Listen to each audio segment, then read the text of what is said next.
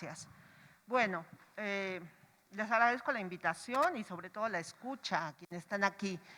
Cuando a través de Claudia, Gaby Pinedo me invita a ser partícipe en este foro, me dice, elige, y pues yo elijo, ¿no? De lo que no se habla, porque se habla mucho de como un instrumento posible, desde cómo nace este término y cómo se ha usado, y casos tan emblemáticos como el de Mireya, que sí, por supuesto que lo voy a retomar, porque es un ejercicio, es un ejemplo de lo que no nos puede volver a pasar.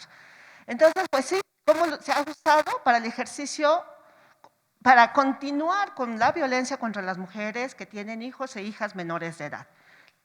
Empezamos, por favor. Tenemos que partir desde su origen. En la mitología griega, que pues es nuestra historia, es cómo nace nuestro sistema de justicia a partir del derecho romano, bueno, el síndrome de Medea tiene una parte mitológica muy interesante. Nosotros podemos identificar, si googleamos el síndrome de la historia de Medea, pues sabemos que es la mujer que mata a sus hijos. Y así nos lo dicen, y de ahí viene esta construcción de la alineación, del síndrome de alienación parental, que tiene su origen en este síndrome, que llaman síndrome de Medea, como la mujer que aniquila a sus hijos. Y bueno, lo que no nos platican es la historia mitológica de Medea. Medea es una mujer sabia, es una mujer empoderada, es una mujer que va contra la estructura patriarcal de los romanos, y que sí, tiene muchas parejas, hace un ejercicio de su vida afectiva muy interesante, y en una tiene con una persona que se relaciona, que es una historia muy, muy vasta, y además tienen muchos nombres de dioses que yo la verdad no me los aprendo, pero que es muy interesante. Ojalá les nazca ahí la inquietud de investigar más de este personaje mitológico. Pues sufre una traición y mata a sus hijos cuando ella huye de este reinado donde ella estaba. Lo que no dicen es que Medea mata a sus hijos porque los iba a matar el padre de los mismos.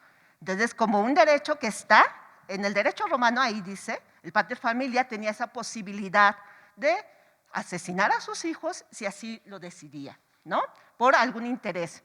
Bueno, pues aquí tiene su origen este síndrome, que como dice el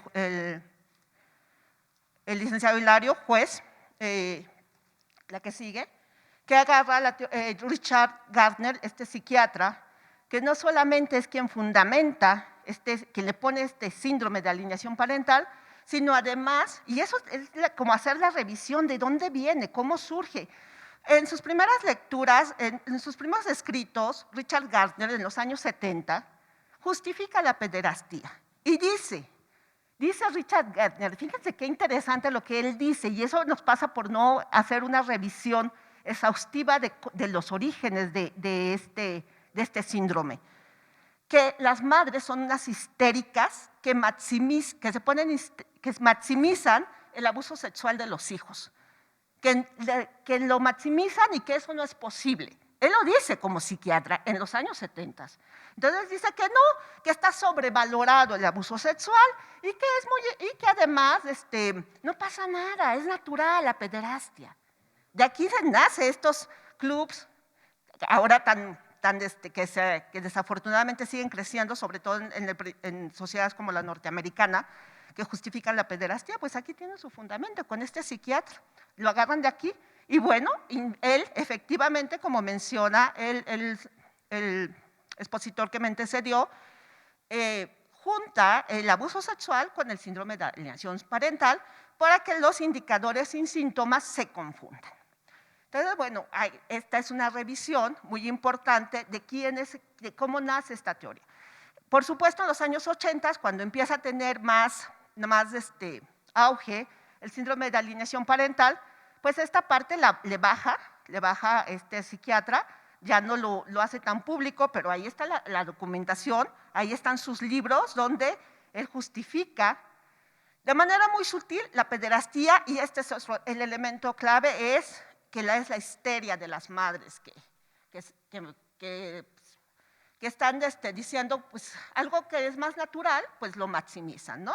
Entonces ahí está el elemento de la mujer y por eso usa este síndrome de Medea, pero no habla sobre el empoderamiento de Medea, de salir, de ejercer, de proteger a sus hijos del padre. De eso no habla, ¿verdad? De eso no lo conocemos. Bueno, ¿dónde estamos nosotros en derecho de infancia? Nosotros, la que sigue, por favor, porque bueno, sí es una herramienta que se usa o que se ha usado en el proceso judicial, los litigantes, los abogados la usan indiscriminada e indistintamente como una posibilidad de proteger a los niños y a las niñas. ¿Dónde estamos en derecho de la infancia? Ha sido muy difícil porque tenemos un sistema político, económico, social, adultcentrista, es una característica del sistema patriarcal, donde los niños son sujetos de asistencialismo, son objetos de protección, pero no se les reconoce que sean titulares y sujetos de derechos. Son un objeto y hasta la adultez, entonces sí ya les reconocemos que sean titulares y sujetos de derechos. Esto es muy importante para los que hacemos defensa de derechos de la infancia, porque los testimonios de los niñas y los niños se pueden desacreditar muy fácilmente, precisamente por esta mirada adultcentrista. La que sigue, por favor. Los principios transversales en cualquier asunto concerniente que afecta a los niños, niñas y adolescentes, si bien la Constitución o el legislador mexicano nos pone en esta reforma constitucional el interés superior del niño, lo cierto que la Convención nos dice que son 4 principios transversales. A veces nuestros legisladores, perdón por las que están aquí, pero así sucede, hacen cosas incompletas, raras, a medias, o como se les ocurrió. Tendrían que haber estado estos 4 principios transversales en esta reforma constitucional, no solamente refiriéndome al interés superior del niño, como lo que ya determinó la Corte, como aquellas secciones y política pública que debe de proteger, que tiene que tener esta perspectiva de infancia, entender las características y necesidades de la infancia, pero también la no discriminación, también la participación y, por supuesto, el derecho a la vida, supervivencia y sano desarrollo. Un niño, una niña que está en un proceso judicial, por el simple hecho de estar en un proceso judicial, sus principios, estos principios, se están violentando. Se están violentando porque no debería de haber ningún niño, ninguna niña y adolescente como víctima o como responsable de una conducta delictiva, porque también lo tenemos que decir así, estar en un proceso judicial porque atrofia su desarrollo de manera irreparable. Su participación es importante para minimizar este daño, pero eso no quiere decir que no se le esté violentando estos derechos a los que él tiene y por supuesto se le discrimina, ¿sí? Porque es un sistema judicial para adultos, con una mirada adultcentrista, pero no para cualquier adulto. En el sistema judicial no entramos las mujeres, no entramos las personas con preferencia sexual diversa, no entran los niños, niñas y adolescentes, no entran las personas con alguna discapacidad, y por eso tenemos un montón de protocolos para que les dicen al juzgador, hey, todos somos personas, ¿qué crees? Todos somos sujetos y titulares de derechos. No solamente, porque además no entra cualquier hombre, no entra el hombre indígena, no entra el hombre pobre, tiene que ser un hombre que active el sistema, que tenga condiciones económicas, sociales y estructurales, pues para que se le haga justicia. Bueno, y eso ahí está, ¿no? ¿Cómo estamos nosotros? Nosotros, la que sigue, por favor. Tendremos que hacer una reflexión sobre lo parental. Nosotros tenemos ya en la ley, en la norma, este reconocimiento de sujetos y titulares de derechos, con estar por primera vez en nuestro país, en el 2015, con esta ley general que tiene perspectiva de infancia, que pasa del asistencialismo, protección a sujetos y titulares de derecho, lo tenemos en la ley. Pero lo cierto es que seguimos teniendo todas estas modalidades del sistema, del PIN parental, alineación parental, educación parental. ¿Qué me indica eso? Pues me está indicando que hay un sistema adultcentrista que te está diciendo no. O sea, no, todo lo que tenga que ver con parental tienes que atender a la mirada adultcentrista. Entonces, bueno, ¿qué es el PIN parental? Ya lo sabemos, que es yo tengo el derecho a decirte qué tipo de información y educación que no solamente es información, que también es educación, tiene que darse en las escuelas públicas y privadas. Alineación parental, yo te voy a decir quién te está manipulando y quién no, y qué es lo mejor para ti.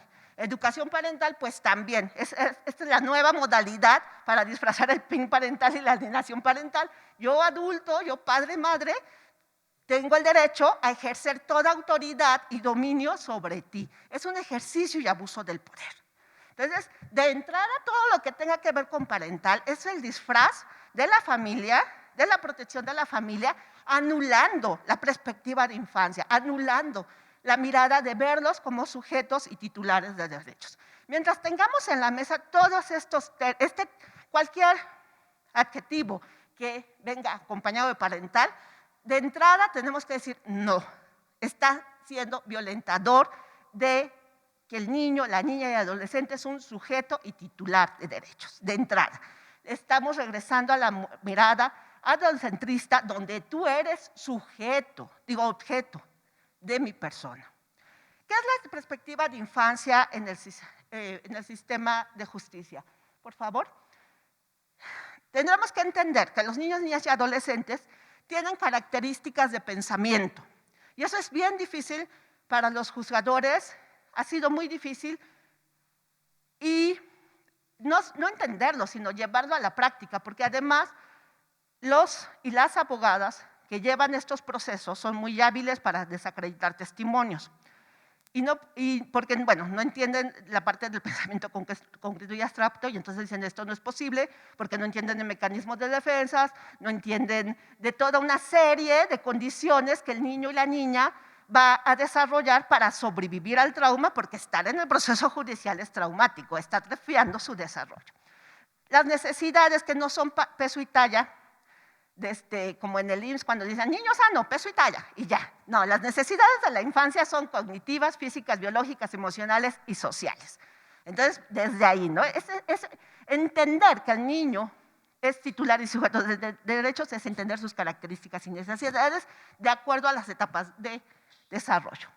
Y que sí, que si bien todos los niños y las niñas tienen un desarrollo único, hay pautas en el desarrollo que me va indicando que el niño está bien, ahí va, se le están atendiendo esas necesidades y se están respetando sus características del pensamiento, y que esto va generando un apego seguro. Nosotros tendremos que entender que no partir para que nosotros identifiquemos, por supuesto que puede haber manipulación, pero el vínculo saludable es con la persona adulta, porque pues, por supuesto que entendemos en este momento que ningún niño ni ninguna niña va a sobrevivir sin la compañía, sin quien acompañe estas necesidades, ¿no? O sea, no puede sobrevivir solo. Necesita que un adulto o una adulta le acompañe su desarrollo. Entonces, ¿cómo va a generar esto, lo que a veces se puede confundir como manipulación? Es el apego seguro, es el vínculo saludable, quien atiende mis necesidades de acuerdo a mis etapas de desarrollo. Quien lo atienda se va a generar un vínculo seguro y por lo tanto va a ser un apego seguro y por lo tanto va a haber un vínculo saludable, y eso no quiere decir manipulación. Yo creo que todos y todas las que estamos aquí, ya adultos y adultas, pues nos gusta estar con gente que nos haga sentir bien, no que nos violente, ¿no? Salvo que estemos en un ciclo de violencia intrafamiliar, pero eso es otra cosa, ¿no?